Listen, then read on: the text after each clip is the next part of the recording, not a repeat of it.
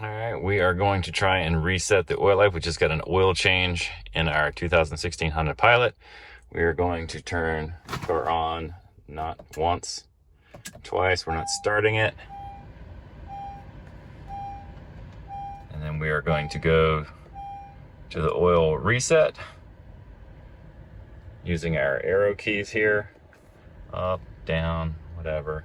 Gonna push and hold this reset.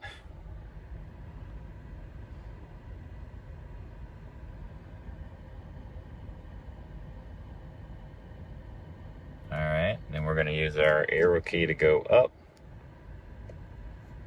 We're going to reset. We're going to hit the reset button as the enter key.